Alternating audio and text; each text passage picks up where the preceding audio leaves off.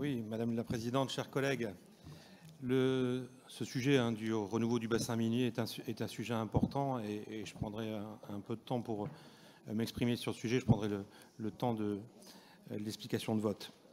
Comme beaucoup d'entre vous dans cet hémicycle, notre histoire personnelle est souvent marquée par l'histoire de notre région.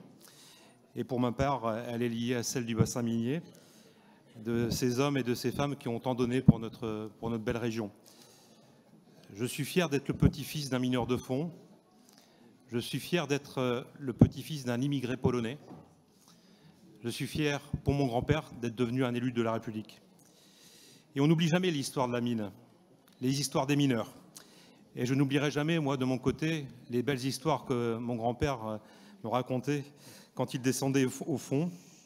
Mais je n'oublierai pas non plus ses souffrances quand il a été emporté par la silicose. Alors aujourd'hui, il s'agit évidemment aussi de se tourner vers l'avenir et de prendre soin de cet héritage. Vous avez raison, l'héritage du patrimoine minier.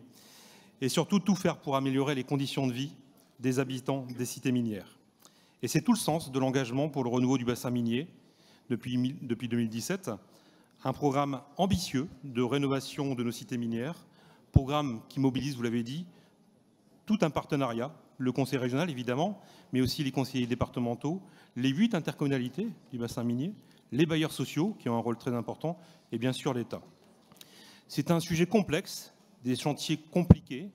Il y a quelques semaines, j'accompagnais Annelise Dufour justement pour une visite de cité, la cité Schneider à Denain, et on voit très bien la complexité des opérations tiroirs. Voilà, donc c'est vraiment un sujet qui est pas simple et qu'il faut traiter avec précision. Et comme vous le savez, notre président de région est particulièrement attentif à ce que les entreprises locales, les entreprises de notre région, puissent y participer. Et à l'écoute de votre intervention, je dois vous avouer quand même que je suis un peu embêté sur quelques points. D'abord, je suis embêté par le contexte politique, parce que comme vous l'avez peut-être vu, les élus du Rassemblement national ont ces derniers jours décidé de s'emparer de ce sujet, notamment par des questions au gouvernement, à la fois au Sénat et à l'Assemblée nationale.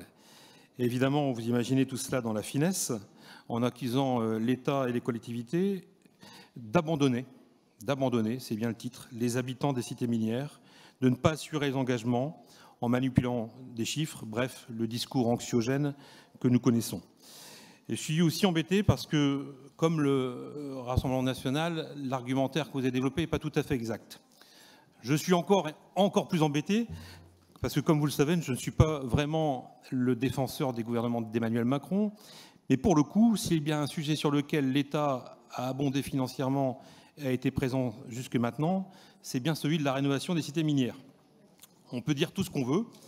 Moi, je souhaite être très factuel. L'État s'est engagé en 2017 à mobiliser 100 millions d'euros pour accompagner les bailleurs sociaux pour la rénovation des logements miniers. Sans rentrer dans le détail, il a également été décidé d'accélérer ce programme dans le plan de relance. À ce jour, sur ce volet précis, ce sont non pas 100 millions, mais 124 millions que l'État a versés, avec en effet un peu plus de 9 000 logements rénovés, plus ceux faits par les bailleurs de leur côté, on a un peu plus de 12 000 aujourd'hui. Donc en termes d'abandon de la population, 12 000 logements rénovés, excusez du peu, mais on peut se réjouir pour les habitants du bassin minier. Et parfois, plutôt que de parler du verre à moitié vide, parlons aussi du verre à moitié plein. Sur le volet des espaces publics, qui est un peu plus compliqué, puisque ça demande l'objet d'une requalification pour changer l'image des cités minières. Sur les 100 millions annoncés également, au titre du FNADT, 46,5 millions ont déjà été engagés. Et grâce à ce travail partenarial avec la région, qui a toute sa place, la requalification des espaces publics est terminée pour 4 opérations à Lens, à Liévin et à Condé-sur-Escaut. Et j'en parlais il y a quelques jours avec le maire de Condé-sur-Escaut sur la cité Saint-Pierre, qui est vraiment un chantier exemplaire. Alors, il est vrai que les élus se sont inquiétés, vous avez raison, chers collègues, à juste titre, que sur le prochain budget, celui de 2025, alors que nous connaissons tous la situation dans laquelle le projet de loi de finances a été élaboré. Et vous avez raison, pour poursuivre ce travail, il faut à nouveau mobiliser les crédits en 2025 à la hauteur des besoins.